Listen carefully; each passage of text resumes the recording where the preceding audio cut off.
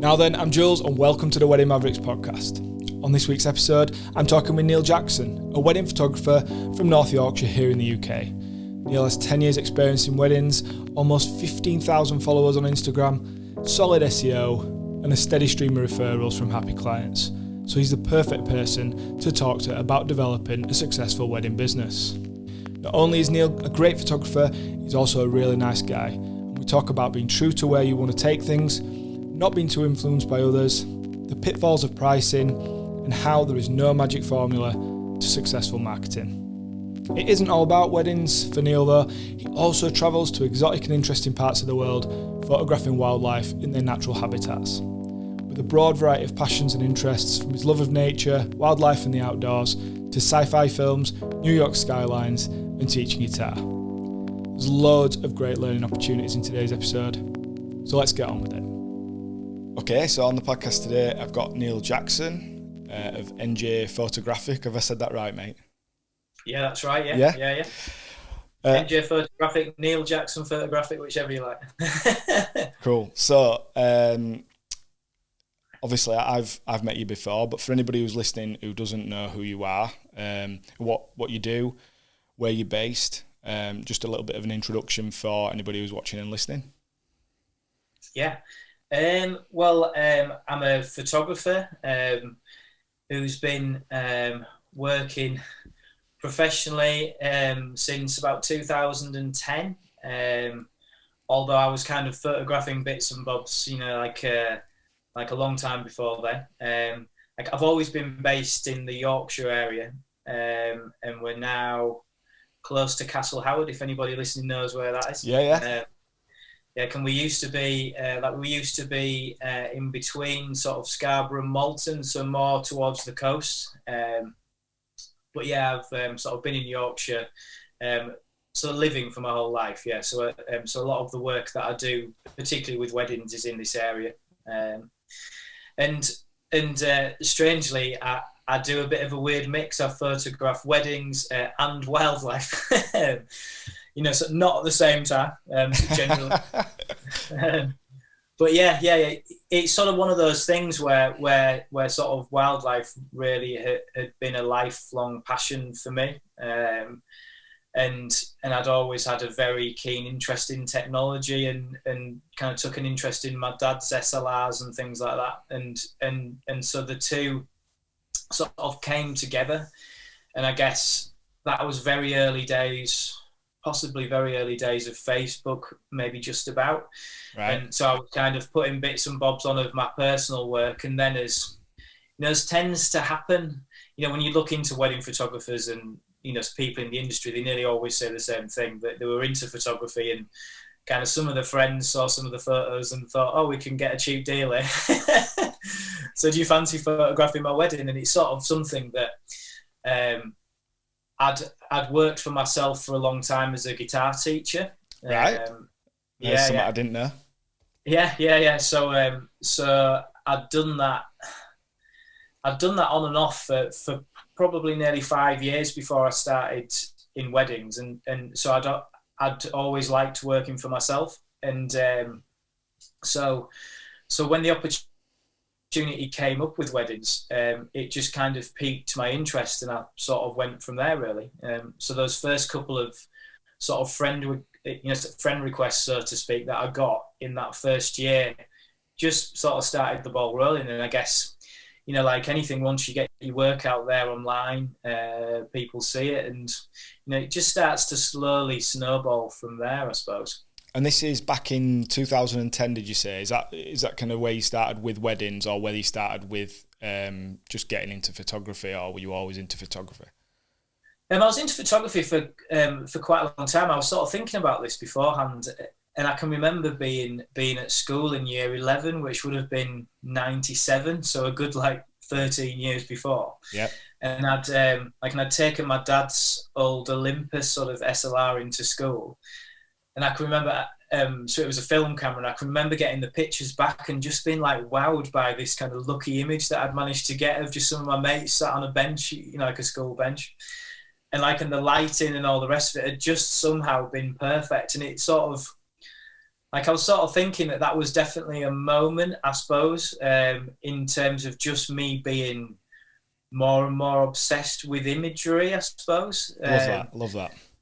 Yeah, yeah. Like, and I think, so anyone who knows me well knows that I'm obsessed with like the TVs in my house looking perfect. So any screens that I spend time looking at, I'm obsessed with them being calibrated and looking as sharp as possible. And I'm just like, I just love looking like at imagery, whether it's still or sort of, or more your field sort of moving imagery. I'm massively into film, and so all those things, I guess, just come together, Right. I suppose, in a way. So, like, I never thought back then that I would be a photographer, but I was just really interested in the technology side and how the pictures looked when you got them back from the lab. So, so I think it's the two together. Because still now I'm a bit of a tech head. I'm sort of really into new technology, and particularly audio, visual stuff around the home and all that kind of stuff. So, yeah.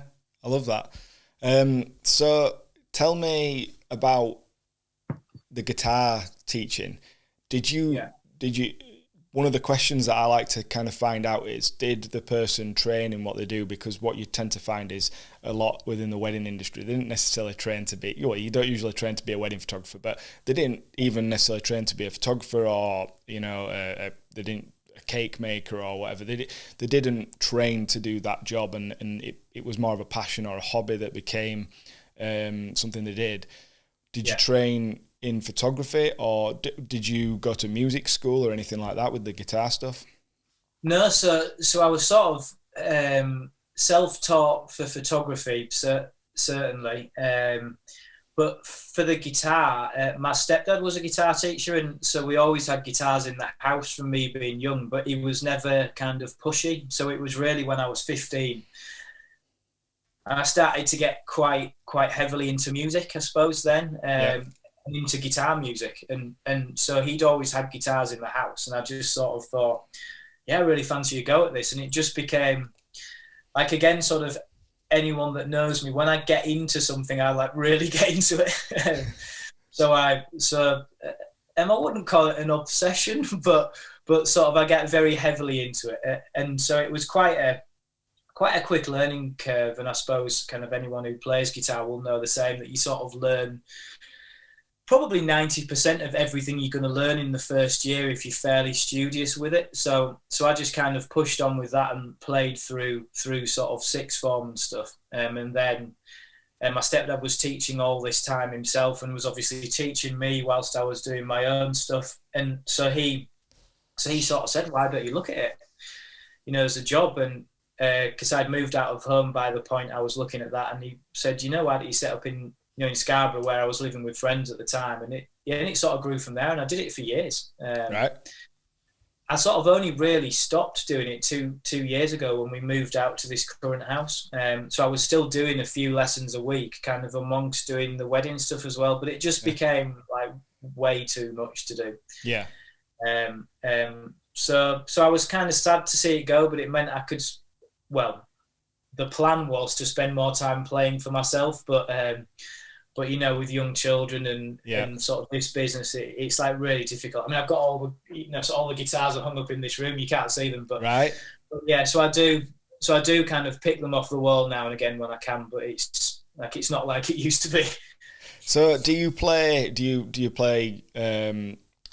any gigs, or have you ever played in a band or anything like that? Is music like a big part of your life? Yeah. I mean, I was in a band for quite a long time, but again, I mean, it sounds really sad, I suppose. But basically, we're all in the same position. We've all got our own businesses. Kind of most of us have got children, and it's just getting us together in the same room is like nigh on impossible. I mean, pre-COVID, it was nigh on impossible. So it's a shame, really, because we used to kind of practice 3 or 4 times a week. We'd play gigs kind of all over the north, playing our own stuff, sort of rock music. And we loved it. It was brilliant. But I just think, like, unless you go into a career in music, and obviously I was doing the teaching on the side as well. Yeah. unless you get signed and live the dream, which is very rare. Sort of it just sort of tends to happen, which is a real shame. But I've always thought, kind of as I get to retirement or something, I'll probably try and drop into a blues band and sort of play a bit of guitar in a blues band or something like that. Yeah, which is cool. So yeah, brilliant. So you've obviously you've got multiple creative sides to you. What's sort of you talked a little bit about this. Usually, kind of I ask this a bit further on, but it seems like a good time to ask it. Inspiration wise, so what sort of music do you listen to? What sort of films are your favourite? Is there anybody, any photographers or any filmmakers, anything musical that really inspires you? And do you inject that into your own work in any way? Yeah, that's quite a broad question for me, because I think I'm into quite a lot of stuff, I think. But in terms of guitar, I'm probably going to sound a bit old-fashioned to some people maybe, but it's kind of the guitar legends that sort of got me going, like, sort of Hendrix and sort of Jimmy Page, Dave Gilmour, those types of people who like really kind of made me think, wow, you can sort of do that with a guitar and have that completely unique voice where they just play a couple of notes and you just know it's them. Yeah.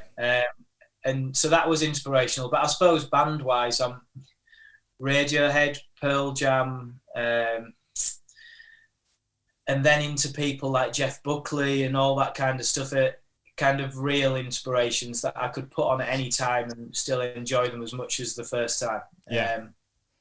But then weirdly, I have a real love for classical music, which I think has come from listening to a lot of film scores. I mean, as you'll know yourself, when you're editing, you spend hours sat at a computer, and before the days of podcasts, I would just listen to film scores just like on repeat, constantly. Yeah. Because I wanted something that wasn't too distracting while you were working, but it just kind of had a bit of atmosphere in the background. So I love my classical music as well. And kind of me and a few mates go to the Albert Hall every year to watch these things where they put a film on the big screen and they have the orchestra there and stuff. Wow, yeah. I'm a proper film geek, basically. Right. Have you got any favourite kind of directors or favourite types of film, or is there one that sticks in your head that you're like, every time I watch that, it blows me away? Yeah, I mean, and that's fairly diverse as well. I mean, I really love people like Chris Nolan and sci-fi and stuff. I mean, I'm a big sci-fi fantasy geek, really, as well. Hence, like in the dramatic film scores and stuff. Yeah, exactly. Yeah. I mean, I've always loved all that stuff. And, people like Spielberg, who I think maybe get a little bit forgotten now and maybe aren't seen as cool, but you sort of look back at his... Some amazing stuff. Yeah. It's absolutely incredible, yeah. So quite popular directors as well, I suppose. But yeah, I suppose in more modern cinema, as I say, I love people like Chris Nolan, where they make you think that the production value is so incredible. But you get... For me, you get that mixture of a little bit of the implausible, unrealistic kind of alongside, things that really make your head spin. And I love that mix. But then you could go back to stuff like, I don't know, kind of Silence of the Lambs and all those types of things, which are very hard hitting, and all the rest of it. So it's a real mix. But I think if I was asked to be pigeonholed, it would be sci-fi, fantasy type stuff that I really, really properly love. So yeah.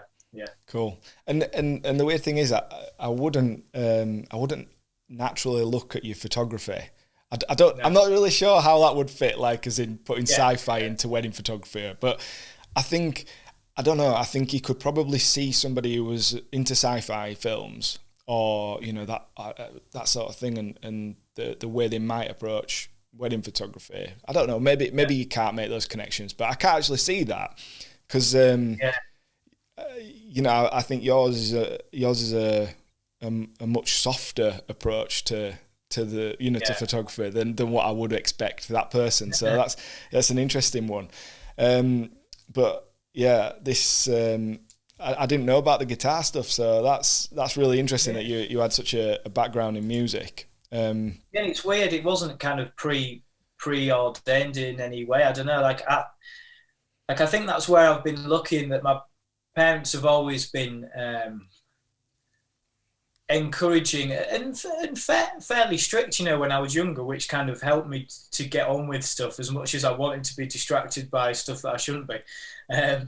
But I think like that opportunity to do something that maybe was a little bit kind of different. And I've always liked being able to see where things sort of took me. But I think as I've got older, you sort of have to temper that with being able to like make a living.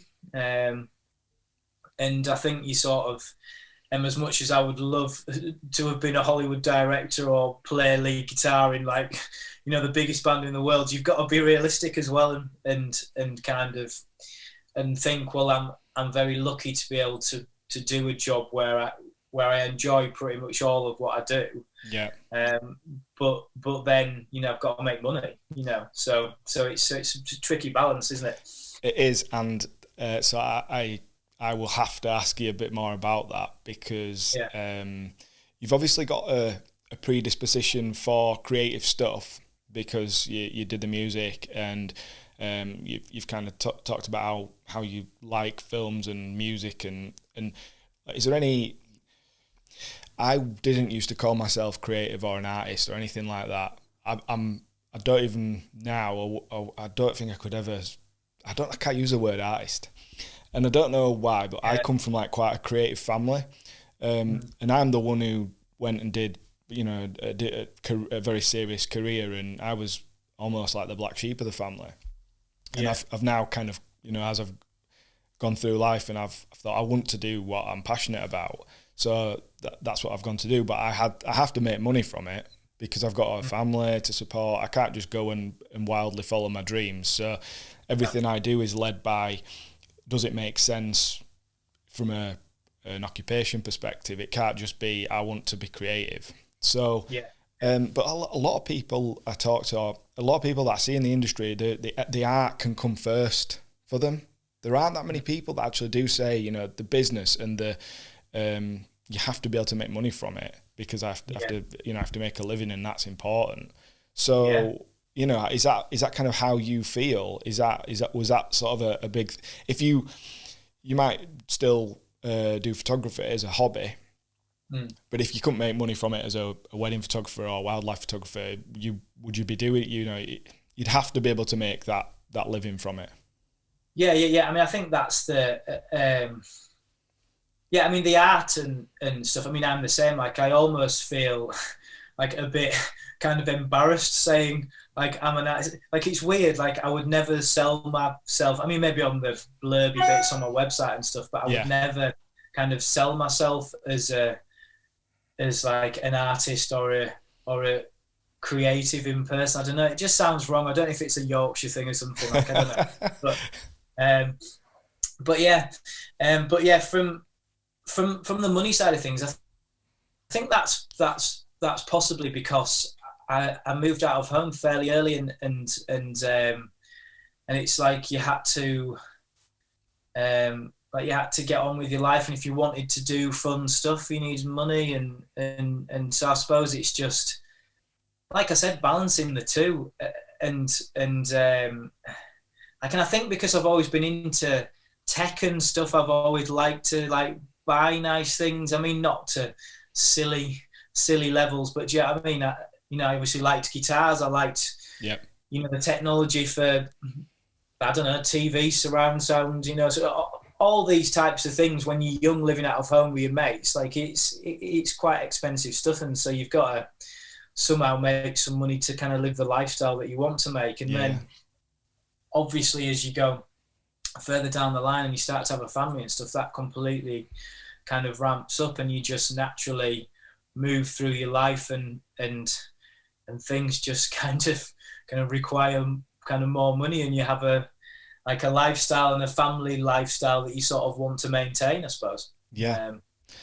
So this is that I don't talk to many people who share like the way I think about it. They really don't, because really, right?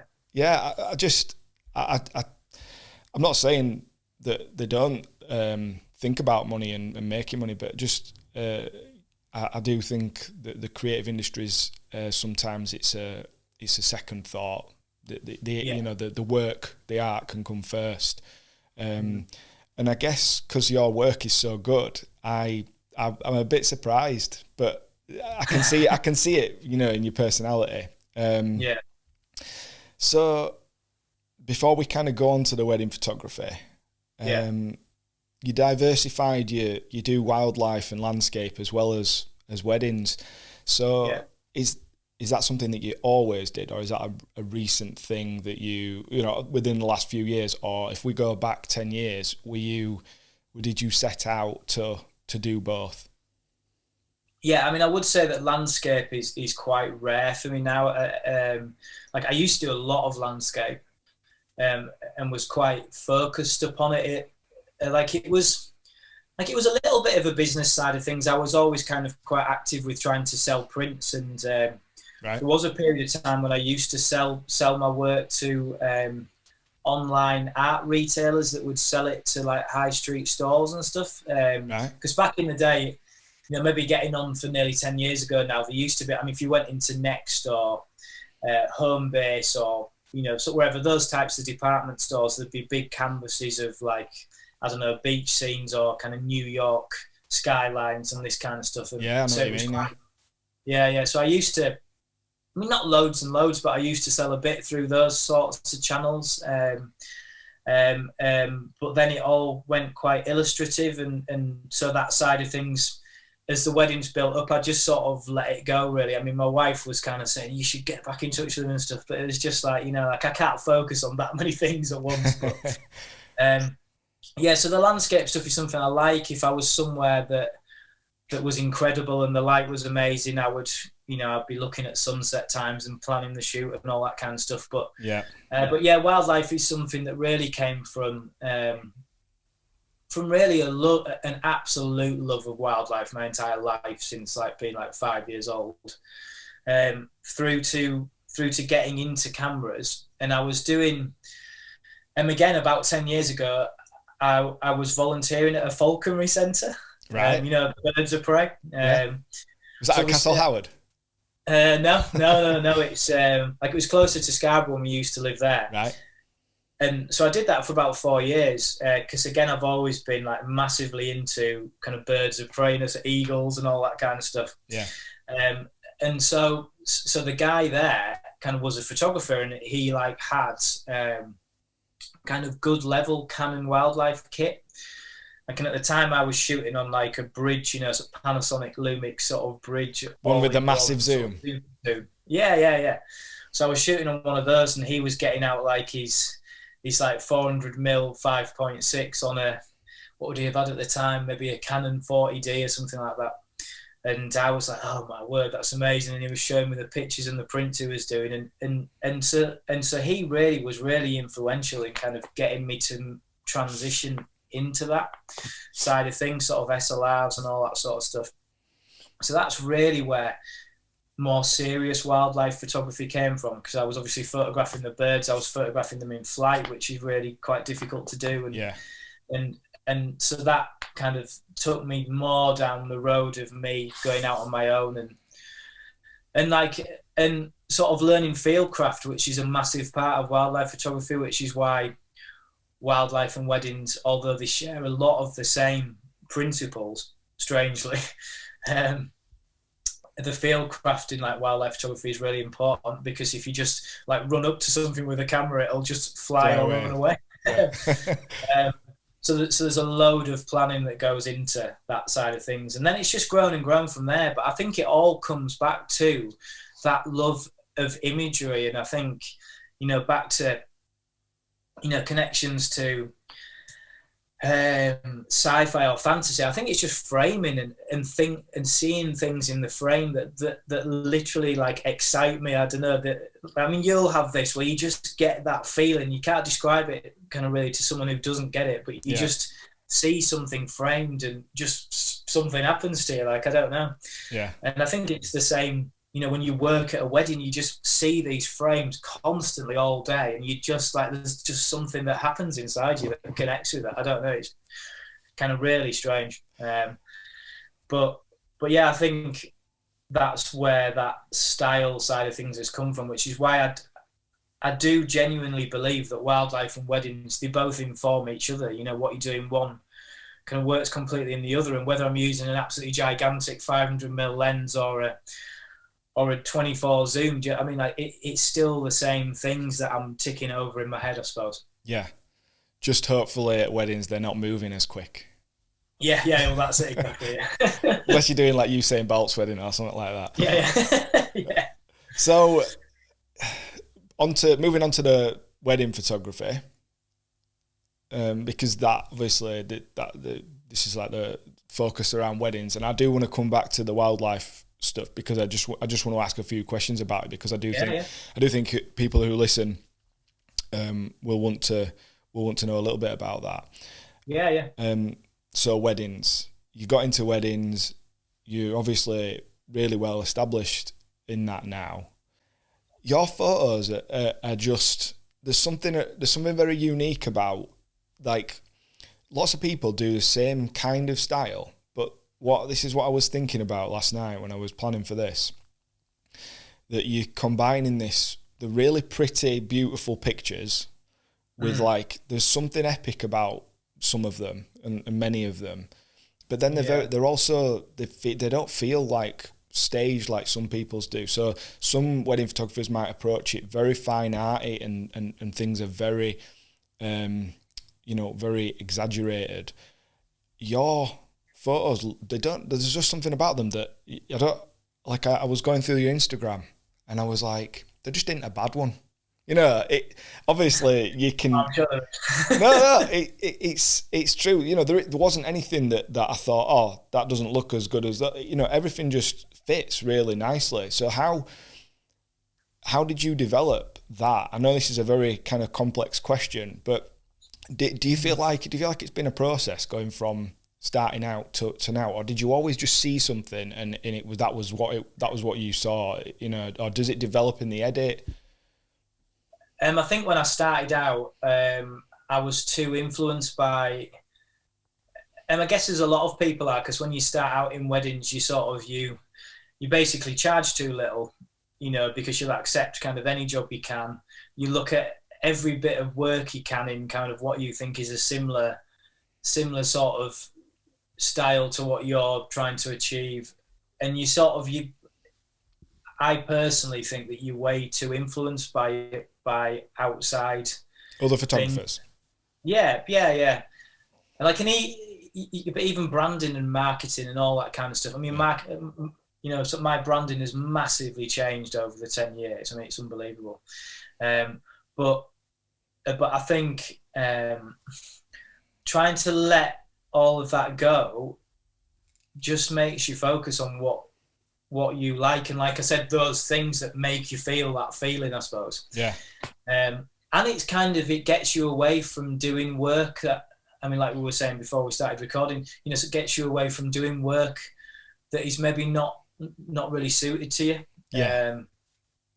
But it's definitely a process, but I don't think it was necessarily a process that I was completely aware of. I didn't like say one day, right, I've got to stop doing all that stuff I don't like and do this. Yeah. And I think as you start to, because you like that sort of work that comes from within, or whatever you want to call it, you probably naturally start to push that maybe more in your blogs or on your website and stuff. And then I guess people see it and they come to you because they like that sort of work.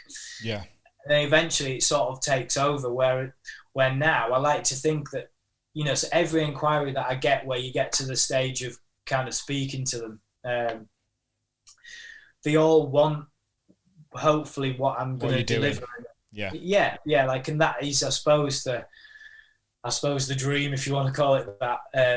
But so I am very lucky now, although it's been 10 years, you know, but I am lucky now that over the last few years, kind of every wedding that I do, pretty much, you know, we're absolutely on the same page, and they let you do kind of kind of your job and leave you to it, sort of thing. They're not coming with Pinterest boards and no. showing you, I want that image under that tree, and it's basically they're trusting you to create the images that make that you create, that your kind of the things that they've seen you create. They're not expecting you to recreate it necessarily, but whatever happens, whatever it is that you see, that that they're going to be happy with that. Yeah, and I always try to make that kind of part of what I would say to them in the initial meeting. And that you have to be a good kind of fit for each other. And I think that I'm not completely the sort of person which is not open to suggestions or anything like that. I mean, I very much want it to be a two-way process, but I explain to them that I don't like to really plan too much anymore. Once you've got all the important details of the day in place, I want to be able to work as spontaneously as possible, because as you know yourself, if you fall in love with a tree or an archway or something and the light on it is absolutely horrible, there's nothing you can do about that. And you can't expect your clients to think in the same way as you with regards to that sort of stuff. And so if they're willing to put their trust in you, and if you're maybe looking at that archway and tree all day and waiting for the perfect moment, and then you go and use it, it just makes the whole day more relaxed, because they're not worried about the fact, oh no, he hasn't done this or he hasn't done that, So anyone who came to me, which basically never happens now, but if anyone came to me saying, right, this is the shot list that we want you to get, I would just say, look, I'm sorry, I just don't think we're right for each other. And thankfully, I now get enough inquiries where even though you think, oh, should I turn that one away, you're fairly confident you're going to fill it, So yeah, no, that's I totally understand that, and I think that's an amazing sort of insight and piece of advice for anybody who's trying to get to that place they want to be. They might be doing weddings that they don't feel right, and coming away and feeling a bit disappointed with what happened on the day, and that is totally, even from a video perspective, you need to be in exactly that place as well, as in just whatever's going to happen. It needs to be flexible, not a case of we need this and we need this and we need this, but every situation is different. You could be at the same venue, like you say, the light's different, and different times of year, all sorts of things get thrown up, don't they? Yeah. I mean, I think kind of when I started, it was sometimes seen as a thing that you should do, where you should meet the couple at the venue beforehand and stuff. And there's probably quite a lot of people who still do that. And I think before I go any further down this kind of way of working, I think I always say to my clients, there's a wedding photographer for every wedding, and there are so many different types of wedding and so many different styles and approaches that there isn't a right way to do it. But just going back to that, I mean, I think when I started out, people would expect you to go and maybe even I would have felt more comfortable going beforehand and kind of thinking, well, I might do this there and that there. And scouting so it out. Yeah.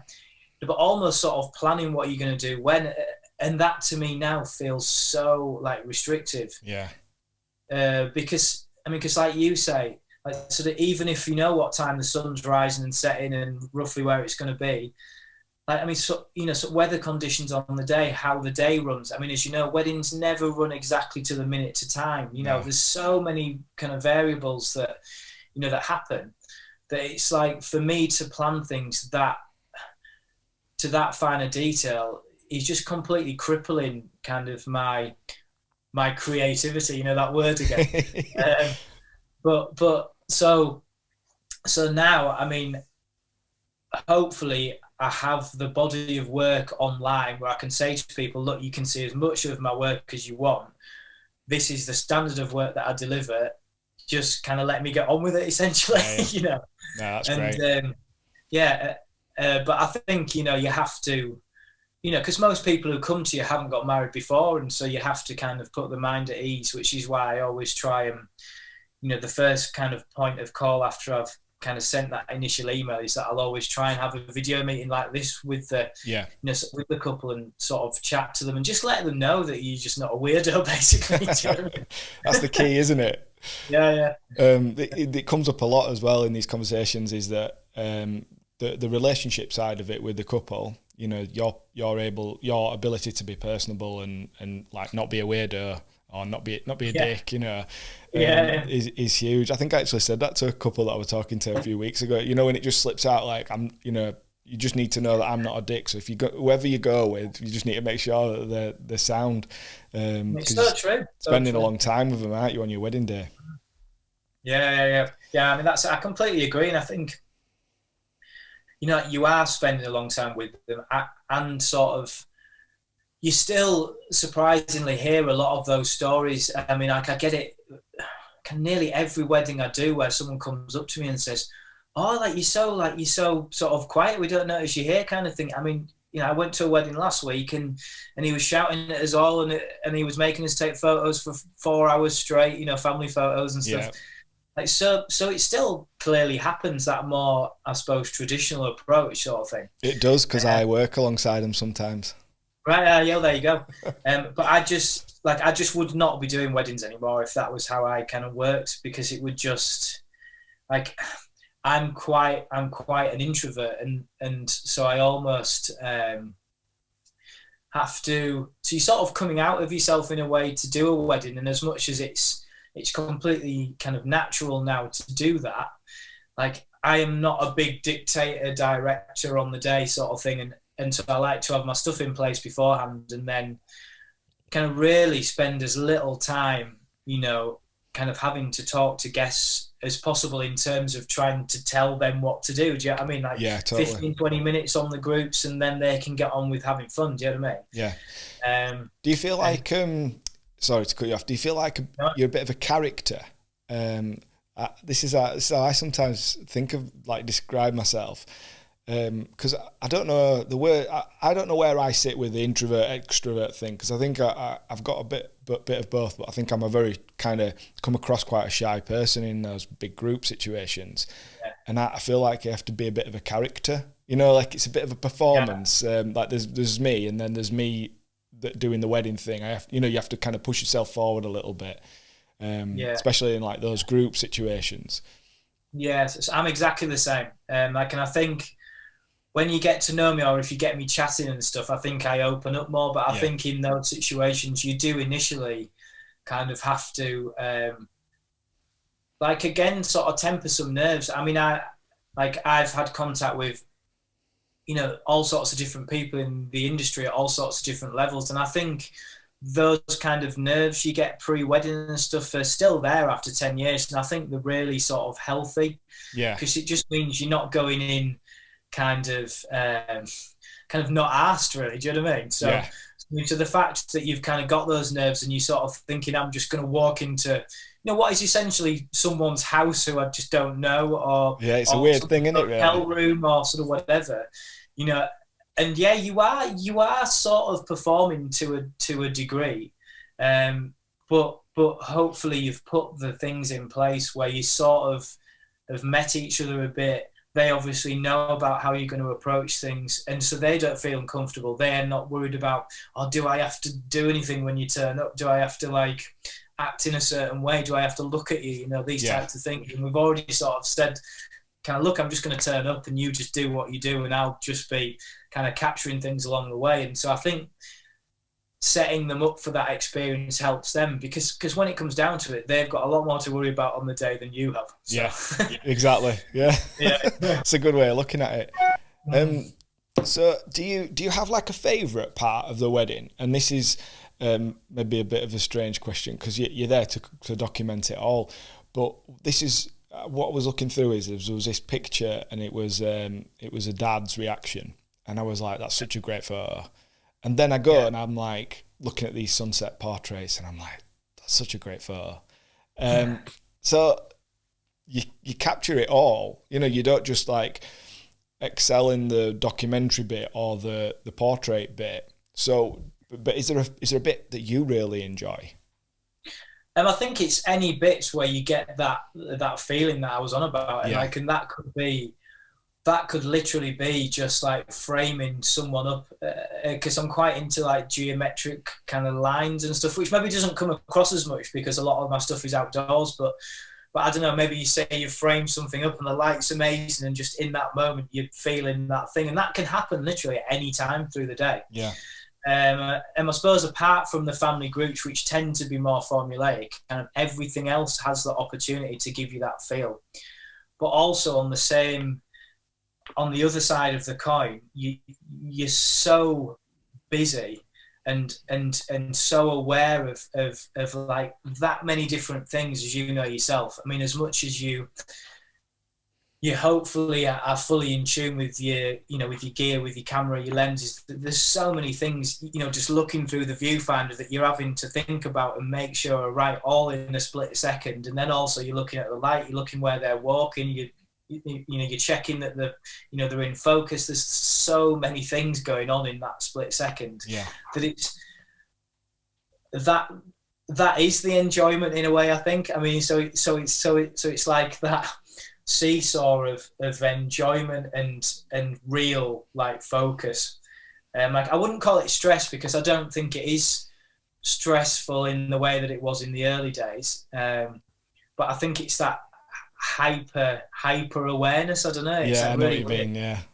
And I think unless you are literally putting your eyes in that position and having to do all these things, it's just so difficult to explain that to somebody else.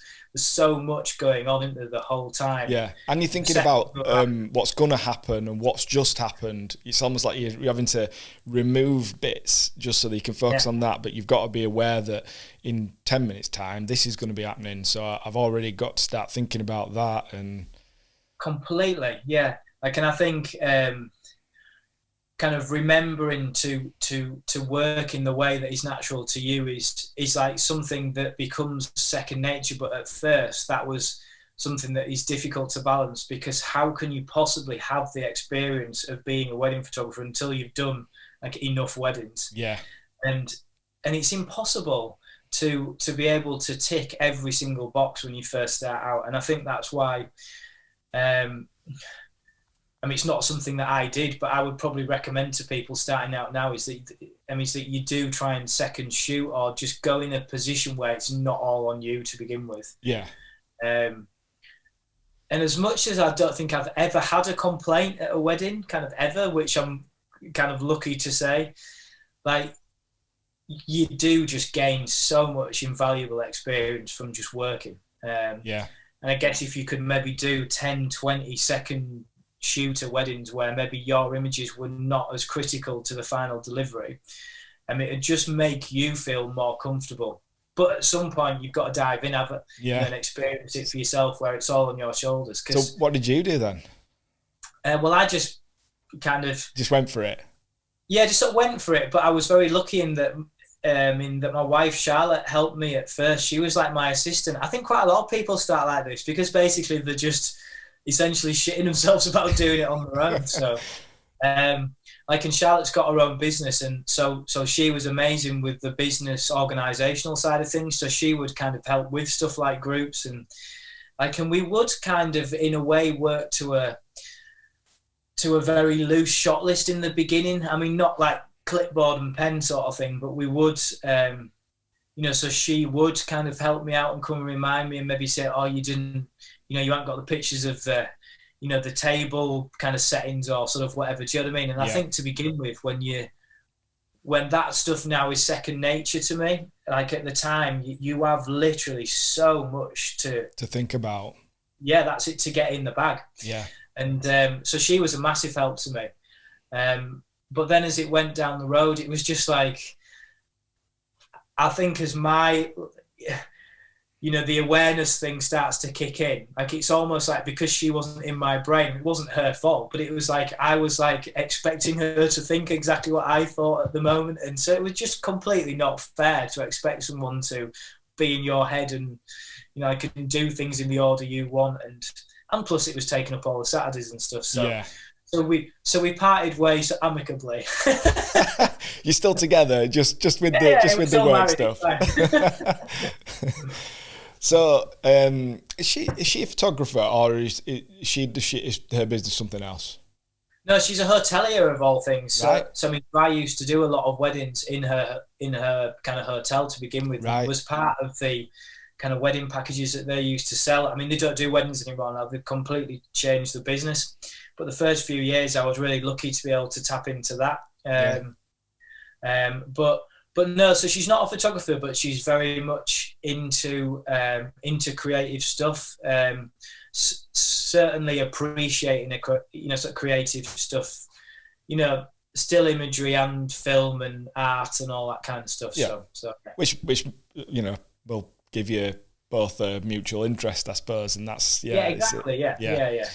So, just kind of moving on before we talk a little bit more focused kind of business stuff. The wildlife photography. The stuff that you've done there is pretty amazing. Polar bears, tigers. You've been all over. Where are some of the locations that you've been to do that, and how's that come about? Do you have to fund it yourself, and then you try and like sell the image? Like, what's the business model with that? Is there a way that you can get into that, or is it kind of just you go take the pictures and then see what happens? Yeah. I mean, I think the business model for that side of my business is still kind of in its infancy, really. I mean, wildlife photography, like weddings, really is kind of very saturated. And I know a couple of people who are really high up in the industry who will tell you that basically nobody makes all the money from the imagery itself alone. Like, unless you're talking someone like David Yarrow, who's selling prints for 10, 20 grand a time kind of thing. And, really top end celebrities are buying all his work and stuff. But that is literally the 0.0001%. So the vast majority of people, it's like weddings, you need to get a reputation and a following. And then a lot of people make money from running the kind of trips that I go on, really. So essentially people who are into wildlife or into photography or into both pay to go to these amazing places and be led by a photo guide in a way. So that's something that I would very much be interested in doing, but still balancing a family life, which is quite difficult to do. So the way I got into doing it was basically booking on to some smaller level workshops in this country, and I got to know a guy called Andy Rouse, Wildman Rouse on Instagram, and he's probably one of the most well-known kind of wildlife photographers in Britain, and has become a really good mate of mine now.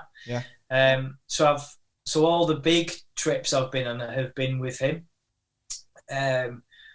and so really, I think I just started to realise that, like with weddings, you're not gonna get anywhere. And as much as I kind of love my kind of local garden birds and stuff like that, and always have, I'm not gonna get anywhere with a picture of a sparrow on the hedge in my back garden. Do you know what I mean? So so you have to go in search of these iconic species, and I've always been massively into, like the birds of prey thing, massively into big predators like cats and bears and all those types of things. So it was just a natural thing for me to get some money together and go to India and try and photograph tigers, which was the first proper wildlife trip that I did, and it just literally blew my mind and was one of the most incredible things that I've kind of ever done.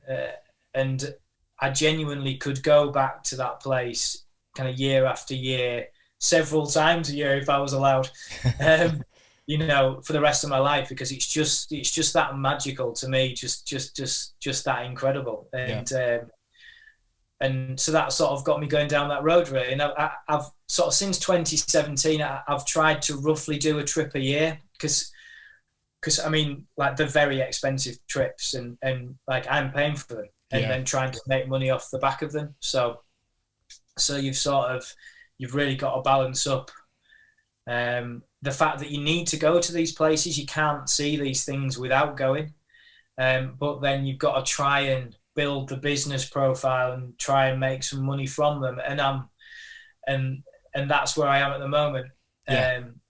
And part of that is entering big competitions. So where weirdly I've completely kind of not bothered with wedding competitions and kind of industry awards and stuff. It's just been something that I've never done. Yeah. With wildlife, that it's like something you have to go for, and kind of finally, kind of after the Svalbard trip to see the bears and stuff, I finally started to get quite a bit of traction in some decent competitions. But then obviously this year with COVID, that's kind of messed it up. Kind of taken a bit of a nosedive. So we'll see what happens in the years to come, really. Yeah, I do. I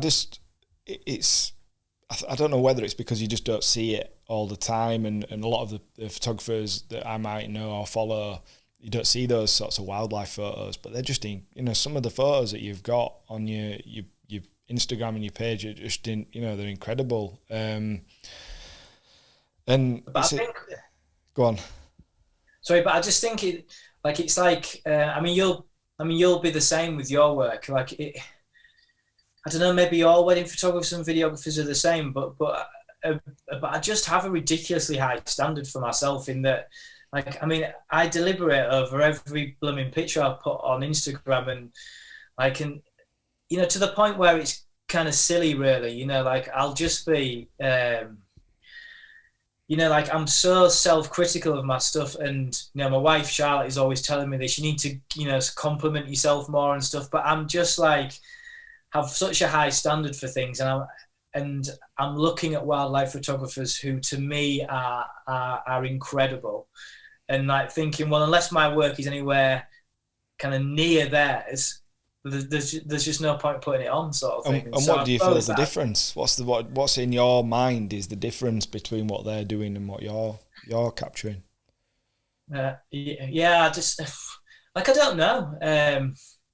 I think a lot of them are way more prolific than me. Some of these people that I'm trying to compete against are going on 10, 20 trips a year. Right. They are leading the workshops out. My mate Andy, who kind of I go with, he'll go to India 5-6 times a year. He'll go to Svalbard 2, 3, 4 times a year, right, plus going, all over the world to all other places.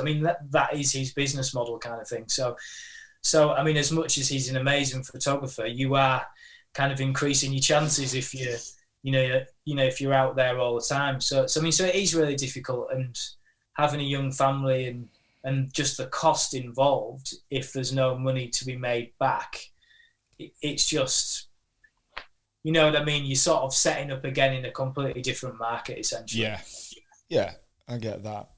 So at the moment, it's not sort of a wildly profitable business. You can't just stop doing weddings and start doing that and support yourself with that. But is there a plan? Is there a plan to do you see a point where you start doing more wildlife, less weddings, or? I do have some sort of plans. I know that's something you mentioned, like the 10-year plan. I definitely do have some plans, but I think a lot of it is driven by the children at the moment, and I think kind of realistically, for me to go away on, say, more than 2 trips a year is just not feasible at the moment. Not just the money side of things, but just being away for that amount of time. Yeah, totally. When I went to Svalbard, it's 10 days away with no contact, right, and stuff, and so it's kind of a bit irresponsible unless you're literally pulling in serious money, sort of thing. And plus, I wouldn't want to be away from my family for that amount of time, at this life stage. But yeah. But it's something that I definitely want to keep the ball rolling in that area. And I think, whilst I'm not making huge money, the ball is definitely rolling, and I'm selling quite a lot of prints, and that area of prints is more a fine art sort of print with that kind of pricing involved and stuff. And so things are definitely starting to happen a bit. And as I say, I was starting to get a bit of traction through these competitions and placing fairly well. So there's definitely a plan there to try and expand that side of the business. Yeah. But sort of me and my family have a bit of a sort of rewilding dream sort of thing. I don't know if you've heard of rewilding or not, but yeah, go on. It's basically buying some land and repurposing it, sort of putting it back to nature. And so the plan would be that, because all over kind of every kind of country, like you can go and pay and have wildlife experiences where essentially you're either guided by someone or you sit in a hide and you photograph a species which is sort of comes in close to the hide, and it's massively popular. It's a huge business in this country. Right. And so not only are you kind of rewilding the land, giving it back to nature, improving like the eco side of the area, but you're also potentially running a business with clients coming in to photograph the species that you've spent time trying to attract. So that is kind of very much something that I have on my radar to do, but obviously you've got to find the land, you've got to buy the land, and you've got to attract the species. So there's a massive amount of work involved, but because I've been to a lot of places now and seen how people operate these types of businesses, both in the UK and abroad, I feel like I've got a pretty good idea of like what I would do. But it's certainly kind of in the future. Yeah. And I would always continue to do weddings. And I think from talking to some people who are really at the top of the wedding photography industry in my eyes, they basically all say the same thing. Like, they love the job, they want to continue doing it, but they don't want to work for nothing. So essentially they want to do less weddings because they've all got young kids. They want to see the families. They don't want every Saturday in summer kind of to be a wedding, because, you know, as you know, when your kids get to school and then it's the summer holidays, you don't want every weekend being kind of taken up with weddings. That's just the reality of having a family. Yeah. So everyone really says the same thing at that level, that they want to do less but charge more, and that's not in any way being a money grabber. It's just having a business that works. And so that would be the same for me. I would always want to do weddings, but even now, I absolutely don't really like to go over 25, 30 weddings a year. That was one of the things I was going to ask. Yeah. I mean, and you know, sort of some of these people that I've been talking to, I mean, like kind of your Ed Pears and Sam Docker and people like that, they're going down to 20, sometimes less than 20 weddings a year, but charging, very high amounts, so they're making more than they made of doing 40 weddings, you know what I mean? So that is, of course, the aim. And, I think I would have thought for a lot of wedding photographers to have that model if you have a family, Hey guys, I'm sorry to interrupt. I just wanted to jump in here quickly to say I hope you're enjoying the conversation today, and you're already taking loads of great information away with you that's going to help you grow your business. I absolutely love having these conversations with people, and I hope you do too. So if you know anyone who might like it also, please give it a share, either now or at the end of the conversation when you finish listening. And if you have a minute to spare, it'd be great if you could do a quick review wherever you're listening. It's going to help massively. Right, back to the conversation. There's a photo of New York City that you've taken on. I think it's on your Instagram. Yeah. Was that just like a holiday? Yeah. So that we've been to New York a couple of times. Once was as part of our honeymoon, and we went on a trip before just to go as a holiday, like a few years before. But that was during the time that I was selling the art to the retailers, sort of thing. Like City Skylines, what it was all about, and I ended up selling three or four. And I think you used to get £500 or £600 a time per picture, sort of thing. Right. So quite good. I mean, basically they'd just buy it and then they'd own the rights to the picture, and for a certain number of kind of years, and just sell it out. So yeah. The one I'm talking about, it's off the southern end of the city, and it's got these like wooden posts. Yeah. I haven't been able to study it on like a big screen. It's just on my phone, but I've never ever seen like a view of that before. I don't know if that's just because I don't study New York, New York skyline photos, but. See, I did see that before, so it's not completely original. Right. So I sort of knew where the spot was, and then was just kind of planning to go on a day when there was a decent, decent light in the evening. But it was absolutely freezing. I can remember Charlotte being like, "Can we just leave, please?" Oh, did you drag her with you? Yeah. What did you have to like take a special boat out there or something, or is that actually on land? Yeah, it's on land. Yeah, right. But it's just right on the shoreline. I can't remember the exact area, but you go over the Brooklyn Bridge, and it's like quite close to the area where you just come over the Brooklyn Bridge and take a right, and then you're literally just in that area almost straight away, just sort of right. looking back. Yeah. I didn't know that. Like I've not been to New York for a while, but it's just such a fascinating city. Oh, I love it. Absolutely love it. Brilliant for photography. Yeah. Okay, so let's talk about your kind of website and branding, your online presence, if you like. How do you get your clients? I imagine a lot of it now is kind of referrals and they just come in, but is there a lot involved in you kind of trying to find clients? Do you need to find clients anymore, or do you get that many referrals that it's not as important? I do get quite a lot of inquiries now. Certainly over a couple of hundred a year. But it's I think I don't push a great deal apart from social media, really. I used to do all sorts of different things. I mean, in the beginning, I would do a few wedding fairs a year. I would like sort of loosely advertise in certain places and stuff.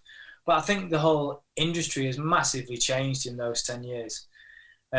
So now really a lot of, because I try and sort of track all my inquiries in terms of where they've come from, and a lot of them are basically Google search, because I put a lot of time into the SEO on my website back in the day, and then my Instagram, is like quite a big pull. So I put a lot of time into sort of trying to grow the following on there. But it's a real love-hate thing for me, to be honest, because they just cripple you sort of completely. I mean, so even with a decent following, which I've managed to get now, like they just like really cripple the reach of all your posts. I mean, it's like Facebook's gone, where basically, whatever you do, unless you're paying for paid promotions, people are not seeing your stuff. Yeah, like it's really difficult to get it out there. And I think just because of the nature of the subject, the wildlife stuff is has way more engagement than the wedding stuff, which I think, like, it's frustrating, but I think that's kind of what you would expect, because your average person probably isn't going to kind of engage with a wedding picture unless they're getting married or they know the person in the picture. And whilst they might say, "Oh yeah, that's a nice picture," they're not necessarily going to like or comment it and kind of raise its profile. Whereas with wildlife, a lot of people love that kind of thing. So it's more kind of generic, I suppose. Yeah. So you've mentioned Instagram as being a big one. So you've got just short of 15,000 followers. Is that, that's not, people have millions, but anything sort of over a few thousand, handful of thousand is a really decent following. So was there a strategy involved in that, or did that kind of, did you set out to build that, and did you do anything specific, or was it just kind of, did it happen? I think I've tried kind of everything apart from, the buying followers thing, which I think is never a good idea. And I've always stayed clear of that kind of thing, because they're not even kind of real people that are going to engage with your account. So whilst it boosts your numbers, it's pretty pointless in my eyes. But I have, I've used paid promotions. I still use them now. Like I'd be looking to do to do promotions over like the Christmas period, because as you know yourself, a lot of people get engaged and stuff, and so it's just nice to put something out there. But like try and focus it to the people that you think you're likely to work with. I've had my account managed a few times over the years, which is essentially where you pay someone to kind of like posts on your behalf and stuff, which, because basically, essentially, if you like a lot of people's posts, they might like you back, they might follow you. So it's real engagement, but it's just more than you could feasibly do in the day. Because you'd have to sit there and just be doing Instagram all day. Yeah, exactly. But I've moved away from that again now, because it's not exactly how you would do it. So I stopped doing that quite a while ago, but it did really help me to get over that 10,000 threshold where you can have swipe up links in your stories and all that kind of stuff. So really that was the aim, was to get to 10,000 kind of pretty much for that reason. So yeah. And I think we were at 10,000 sort of about a year ago. So you've grown that quite a lot in the last 12 months. Yeah, but now it's started to kind of go the other direction. Right. Like I think, like I'm from talking, like again to the guy who I go on my wildlife trips with, who's probably got closer to 50,000. Right. And another guy that I work closely with in the weddings, who's got about 10,000. We're all seeing the same thing, that basically, like, unless you're promoting all the time, it's essentially going backwards. Yeah. So I was over 15,000 and I've dropped. So I don't really know what the answer is. I mean, I think there are ways you can have more longer running promotions where you spend less per day, which is something that I might look at doing. But I think I'm not that bothered unless it completely nosedives now. And I've kind of accepted that that's the way Instagram is now, and I'm never going to get into the millions or hundreds of thousands, because I'm just not gonna, like, unless something drastic happens. So I think where I am, I'm sort of comfortable. It does what I want it to do, and people seem to see my stuff. So do you actually get messages through Instagram, or do you find that it's more people going to your website and contacting you from there? And is that the main? Is that one of the most popular channels for people finding you and contacting you? Yeah, I mean, DMs do come through kind of periodically, but it's more through the contact form on my website, which kind of allows people to put where they heard about me, and they'll put kind of Instagram on that. So that's how I sort of know. Yeah. Because hopefully, because of the links on my profile on Insta, that kind of directs people to my website, and then they'll see the contact form and stuff from there, I guess. Yeah. Have you got like any thoughts on where you think it'll go? You talked about the reach of Instagram has gone in a similar way to the one that the way Facebook has. These things obviously didn't exist 5 or 10 years ago. So SEO was a big one. You worked on that back in the day. Is there sort of anything that you're thinking will be the next thing, or do you think it's a bit of a weird place at the moment? It's not really easy to see what might be the next big marketing opportunity. To be honest, I'm not really sure. I don't know if there'll be another platform that comes through kind of like Instagram, but I do think that, from watching all these kind of programs about social media and the way it's so targeted and stuff, you sort of think probably super targeted ads and things like that you can possibly run just all year. I don't know. Kind of times of the year where you tend to see more traffic and stuff. So that possibly might be the way that it goes, and it's something that I'm kind of going to look into, really, because like I say, because as much as I've recently started to use apps that can allow me to do my Instagram post in advance and stuff, so you're not having to kind of go through the daily grind of, oh, what picture shall I choose? Is the picture good enough? What am I going to write? You know, the same like the things. schedulers and stuff. Yeah. So I'm using one of those now, but only kind of really recently. But even posting every day, I'm still posting at what are supposedly the best times to post with the right hashtags and all that sort of stuff. I'm still seeing the same trends essentially. Yeah. Wildlife might get traction. I mean, sometimes my wildlife posts can get into the thousands of likes. I mean, like, it's sort of rare, but I mean, it does happen. But I do expect to see hundreds of likes on those. But then weddings is more, it's like much more difficult. Yeah. So it sounds like for you and for many people it's the same. It's a bit of a melting pot of all the different channels that people can use. That's kind of how your inquiries are coming through, and you've built that over time. There's no, I guess I'm trying to the takeaway from it that for listeners, you know, anybody who's newer to the industry, it doesn't really matter what supply, you know, what they're supplying to the wedding industry, but there's no quick magic formula. It's kind of built, compounded over time, isn't it?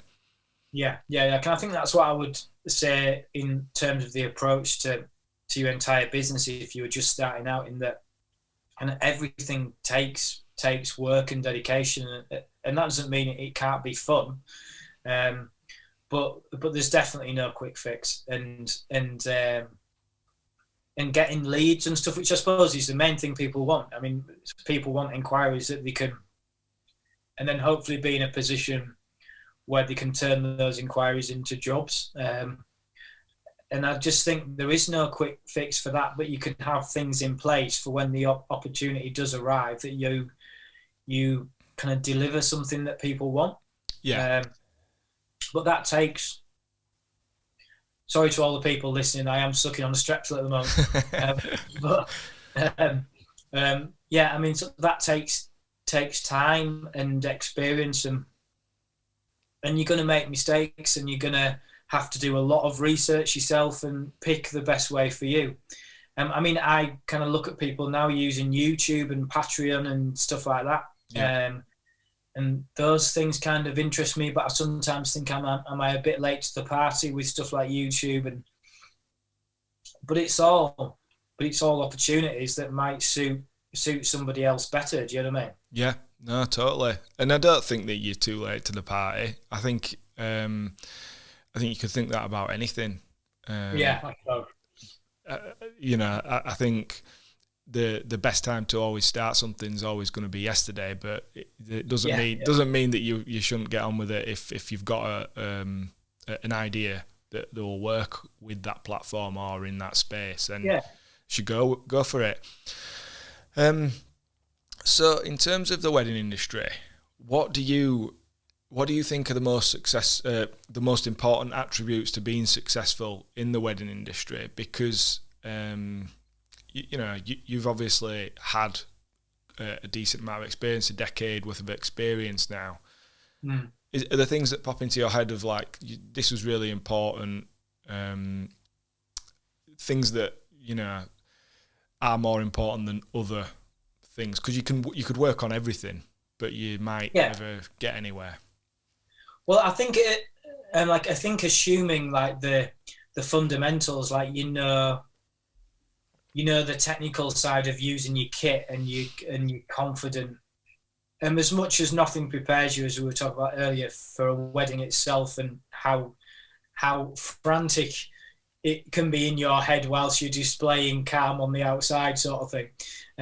But like, I think you would assume that people were competent with using the kit and were comfortable with it. But then after that, I just think it's about how you are as a person, and I mean, and I suppose that comes back to how you want to sell your business. But from my perspective, it's like being personable, being helpful, always being available for your clients, not dictating to them in any way, but also not losing sight of what kind of your business is. And if someone starts to starts to take you in a direction that you're not comfortable with, then that's where you say, look, maybe that's not right for me.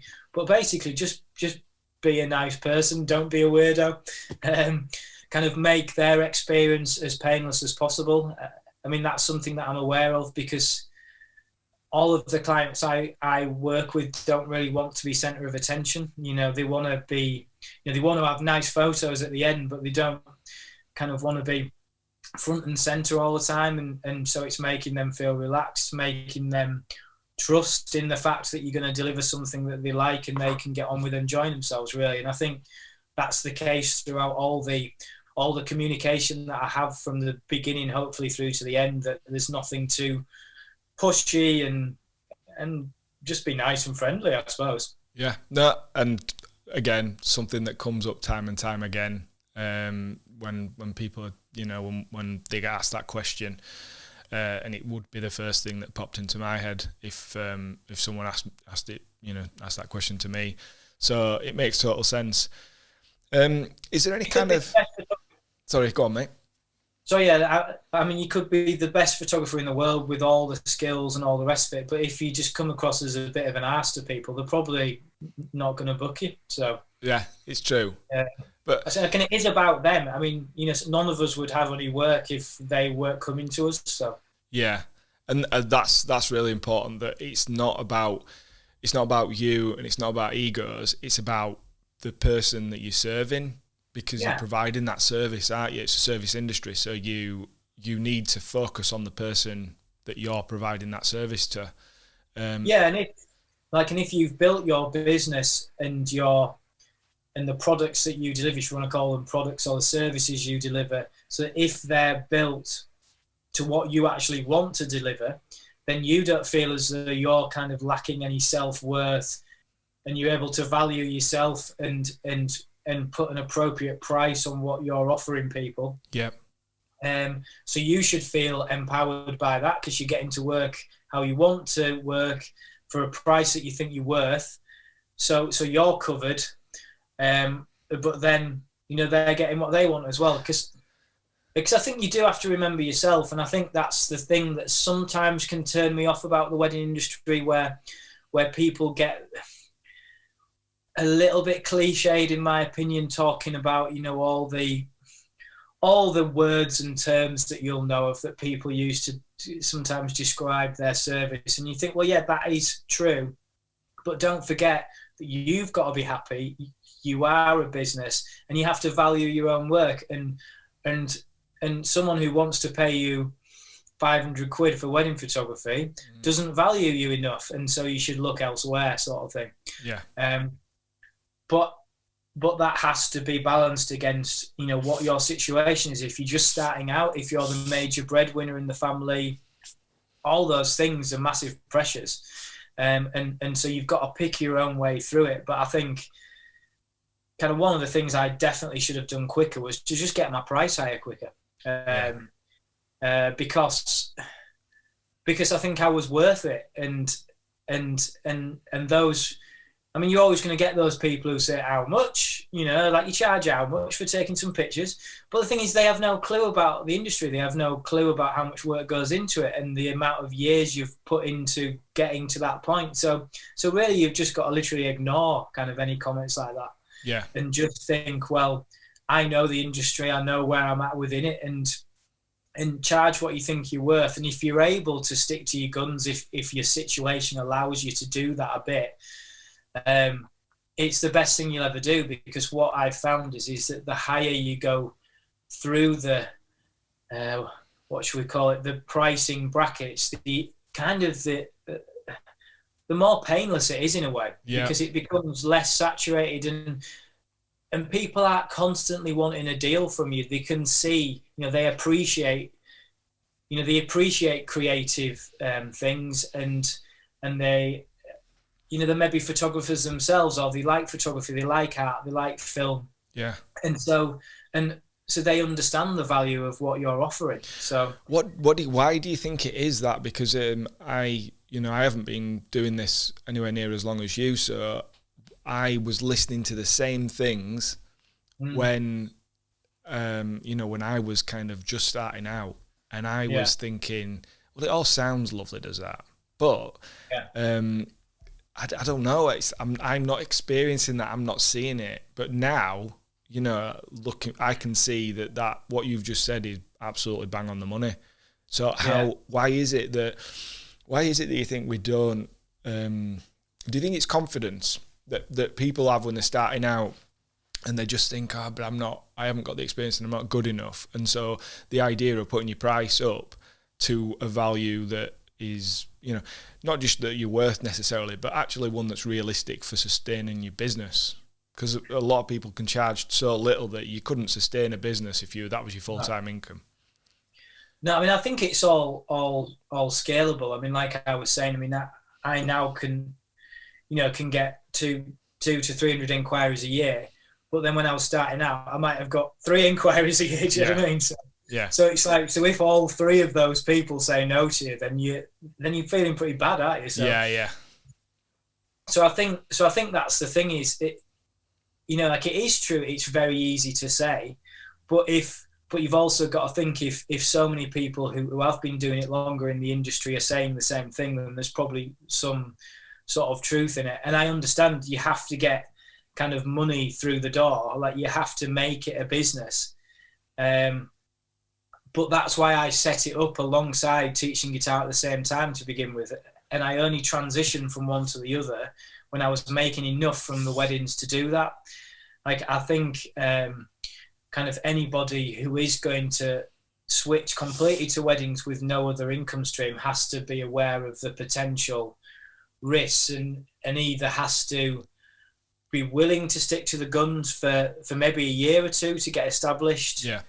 Or they have to charge less and accept they're going to be doing a lot more jobs for a lower price, and then it becomes more difficult to transition through the pricing brackets. But I mean, there's lots of ways to do it. I think that's the thing, and it all depends on the individual situation. I mean, if you've got families and kids, and if you're the major breadwinner, then it's a completely different situation. But if, say, your partner earns more or the same as you, then that gives you maybe a bit of breathing space. Or if you've got a job already and you can do it as a second job on the weekend sort of thing. Yeah. If you can gain experience second shooting, all of those things are going to put you in a better position to go it alone when the time is right. But of course, not everybody has those luxuries, and it's something you've got to weigh up very seriously. Yeah. Yeah. So you've kind of talked a little bit about some tips or like things that someone starting out could take away from what you've now experienced. But is there anything that you would, anything else that we haven't already talked about that you would go back and kind of tell yourself if you could do before you started all this? Any advice that you could give sort of to somebody who was starting out? Yeah, I mean, I think it sort of follows on from 2 of the things we've said. The first one of those is to do what makes you tick. Every photographer in every genre of photography says the same thing.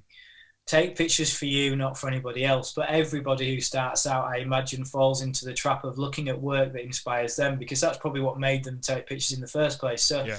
So again, it's another one of these easy to say things, but it is so true. I like fully respect the wedding industry. It's a big part of my life, clearly, but I had a period maybe about a year ago where I specifically went and just unfollowed a lot of the people I followed on Instagram that were to do with weddings, because it was flooding my feed, and it was almost like I was blasé about flicking past it all, if you see what I mean, because it just became too much. And I think it just wasn't inspiring me, and so it was almost having a negative effect where I think, because of the way that I'm trying to work now, where when I go to a wedding, I want to be completely 100% kind of positive and focused and ready to go and all that, and inspired by the things that inspire me. I don't necessarily need to see a feed full of just weddings throughout the entire week. Do you see what I mean? Totally understand that. But I've never heard somebody say it like that, but I completely understand what you're saying. Yeah.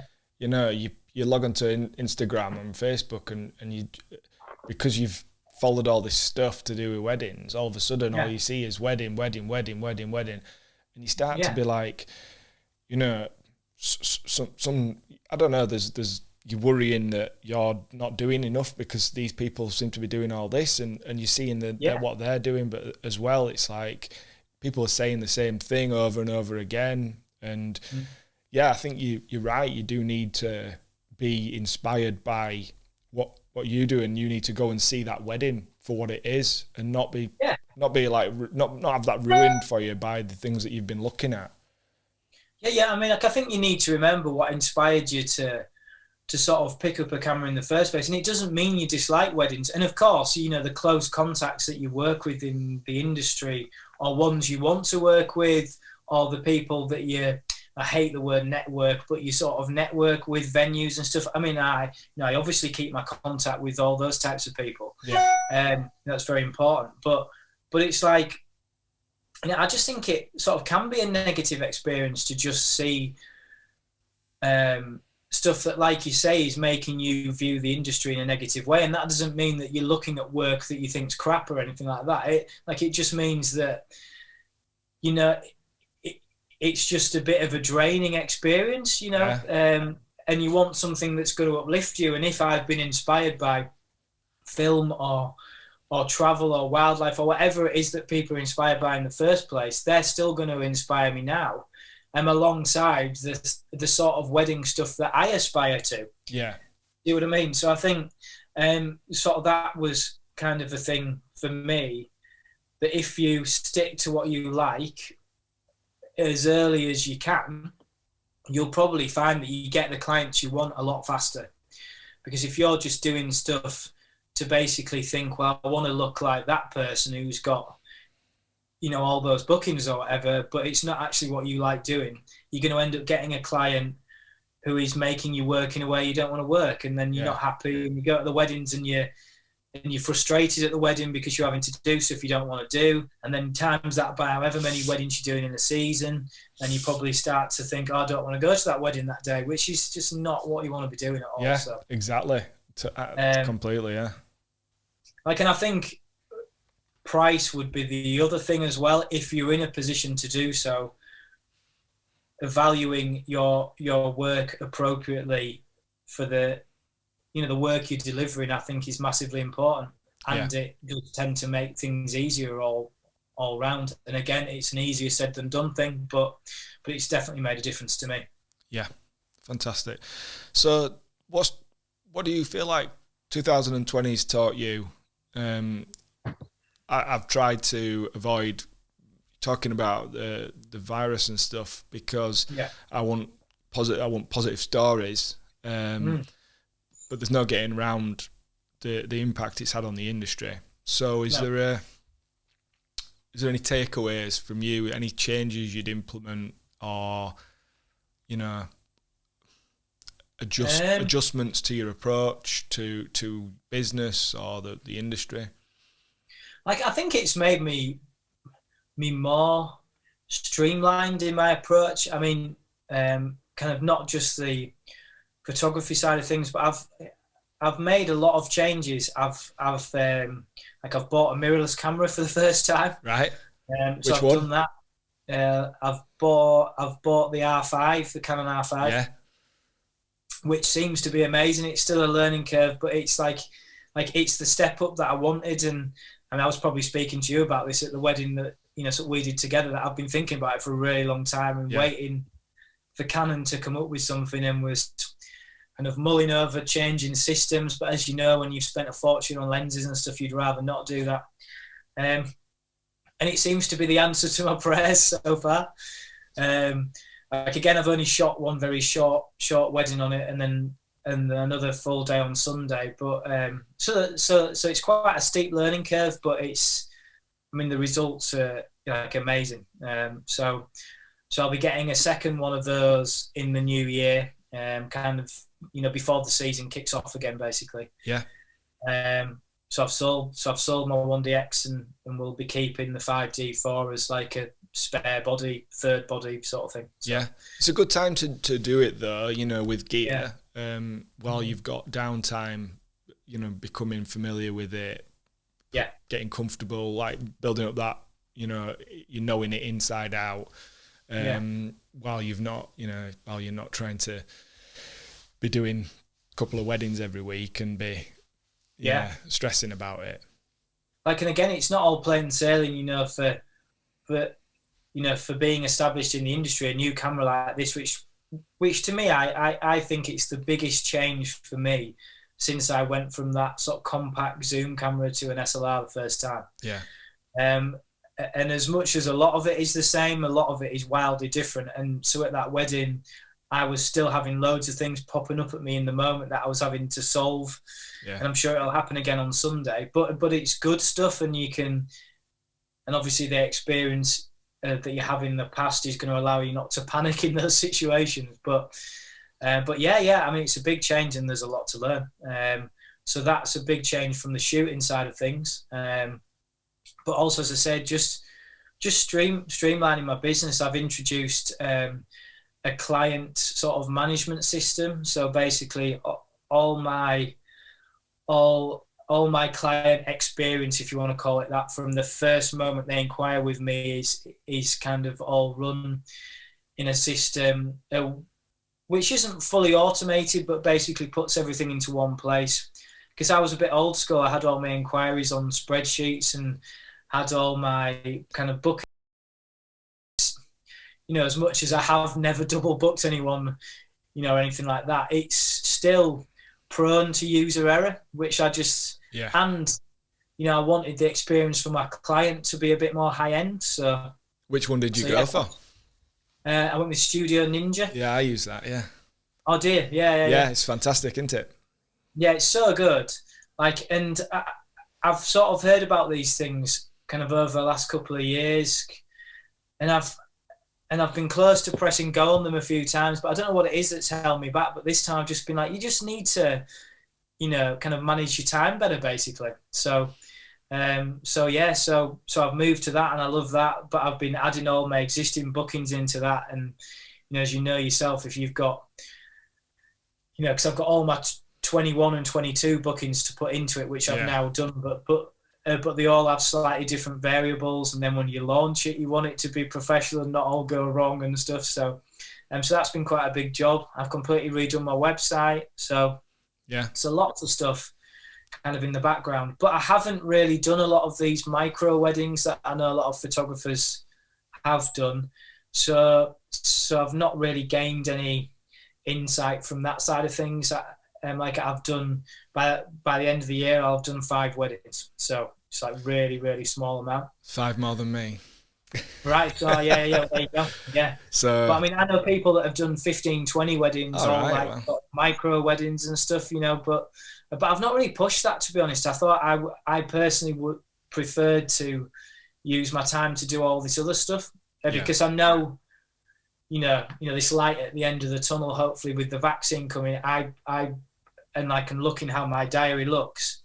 I wanted those people who were hopefully going to be having the full wedding experience that we're used to. Yeah. I wanted those people to be able to benefit from my stuff rather than trying to change my business model for a short period of time. So, yeah, and I think that's actually something that is really interesting to talk about. I was about to start wrapping it up, but just that has been what's happened. I think the wedding industry is being just left in this, you know, bad place with no kind of direction and roadmap of what's going to happen.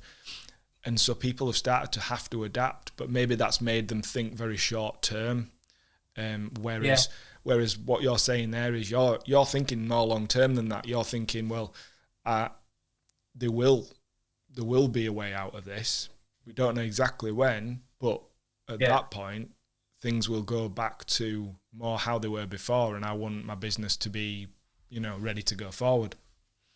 But I do think as well that comes down to your position. And I guess some people, like again, if they're the major breadwinner, they've been forced into being adaptable. And I think because of the way that my pricing structure works, that I have always believed in charging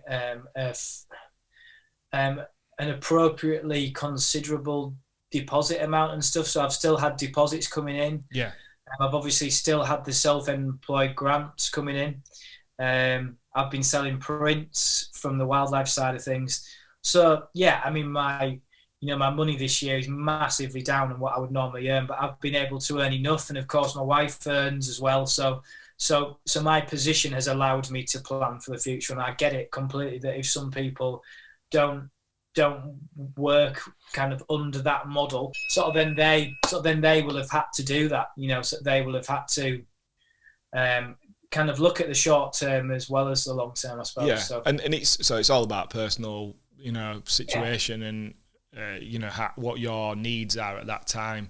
But I do, I felt similar to you in that I could have really gone after the micro wedding thing. I'm really glad I didn't, because what I've found is I've got a couple of later bookings for this month, for December. Neither of them have ended up going ahead, and I could have been banking on that and thinking, oh, that's really important to me, whereas I didn't. I treated them like if they happened, that was great, but if they didn't, then I wasn't expecting it. No. And I think if you were trying to, because obviously what people tend to have done is charged less for the micro weddings, because that's and if you like, well, I'll give you the example. So someone comes to me and says, will you do the wedding in this date in December? And a few months ago I'm thinking, well, it'd be nice to do a wedding this year, so I will like do them a decent deal for that one, because it's not going to be the same day as it would be normally. That's not happening now, and now they're asking about May next year, and I'm thinking, I can't give you the same. I can't give you the same job. I can't. It's not going to be the same work, because it's going to be a different wedding in May next year, maybe. But I think that again, if you think you're going to potentially get another inquiry, for May next year, then you stick to what your guns are in terms of like your business model and how you value yourself. This is what I mean, basically, in that I thankfully don't get people wanting big discounts, and if I do, I just kind of say, sorry, I can't kind of give you that. I mean, don't get me wrong, like I do give the occasional discount depending on the situation. Yeah. But it's never huge, because the reality is, right, if I give someone a huge discount, it means that then I'll get another inquiry in for that date where I could have kind of had a full priced inquiry, and it's like, well, sort of I'm more philosophical about that. I don't know if that's the right word, but because I do think that I'm worth a certain amount, and maybe I'm worth more than that in the future. I don't know, but I just think this idea of like really cutting your price down is sometimes a dangerous road, because people talk to each other, and then you get somebody else ringing up saying, oh yeah, but you did my friend's wedding for this much. Yeah. And it's like you get into all that side of things, and it's like, well, you have to find where you're at that time, and then try to stick to it if your situation allows you to do that. Yeah, completely. So before we kind of wrap up, you briefly talked about future plans and things. Have you got like where do you see yourself 10 years from now? Is that running this sort of nature, what did you call it again? Yeah, it's rewilding. Yeah, rewilding. That's it. Yeah. I mean, so that would definitely be 10 years in the future, I would hope. So running kind of an eco tourist business. I mean, I spend a lot of my time. I mean, a lot of the people that I do follow, talking about following and unfollowing people on my social media and stuff. A lot of the people I follow are to do with the eco wildlife side of things, and I think, with the way the climate crisis is going and hopefully beginning to slowly change, it's something that I spend a lot of my time thinking about and kind of making life decisions about and all that sort of stuff. And, which all comes from a love of the natural world, basically. But I think there's going to be quite a big shift in in industry and farming and all these types of things that is going to be geared towards kind of the eco side of things. And so again, it's taking a passion and something I like massively care about, but also looking at how you could potentially make a business out of it, but not in an exploitative way. Do you know what I mean? So, yeah, I mean, I would love to do that. It'd be amazing for my children, who are already showing a really keen interest in wildlife as well, which I'm like so happy about. And so I think that would definitely be part of the dream. That we'll call it a dream at the moment, but. Yep. But yeah, I mean, so weddings will definitely still be part of that as well. But it will be hopefully following the model of kind of doing kind of less. I mean, not a drastic amount less, but you know, because I enjoy doing them. But I just think I know how many becomes like really all-consuming. I mean, you'll kind of know the same.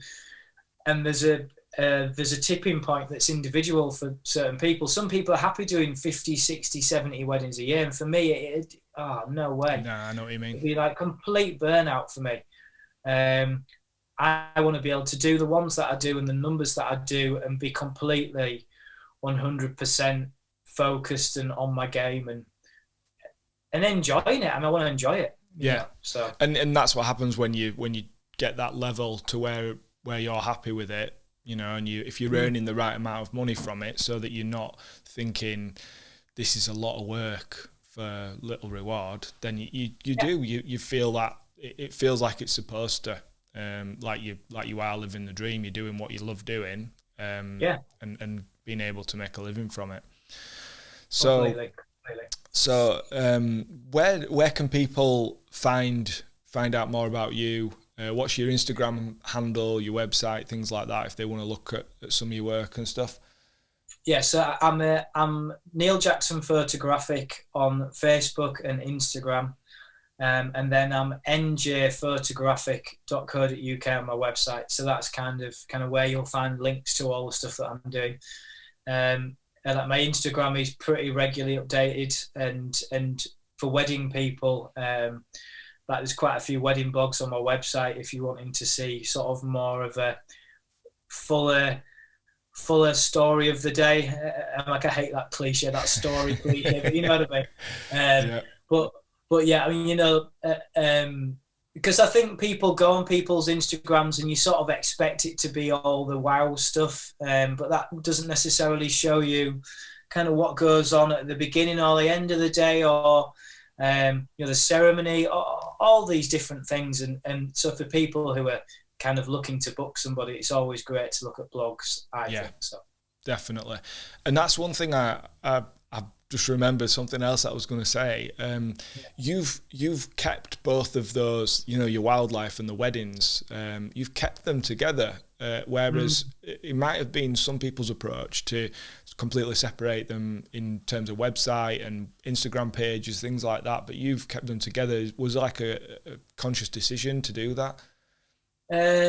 Yeah, I mean, I think for my Instagram, because I think kind of when Instagram started, I was like putting personal stuff on at the very beginning and stuff as well. So it was really just a bit of a melting pot of everything. Yeah. But when we made the decision to just make it purely business stuff, I sort of, and up until recently, kind of was a bit unsure about that. But I think because I've got a decent following now, to start again would just be like, I'm just not going to do it. And funnily enough, the number of clients who come through, you know, to the meeting stage with me who say, "Oh, we love your wildlife stuff. We're really interested in that." It sort of brings clients in a way, and it's great to meet those people who share the same interests, because you're probably quite similar people. Do you know what I mean? So so it's actually turned into a positive, and it's something to talk about to people as well. But for the website, particularly with this latest update, I've made a conscious decision that really, when you land on the website, it's all about weddings. Yeah. And you have to, and although there's a wildlife tab in the top bar, there's nothing on the homepage to do with wildlife. I mean, I reference the fact that I'm inspired by it and you can link through to it and stuff.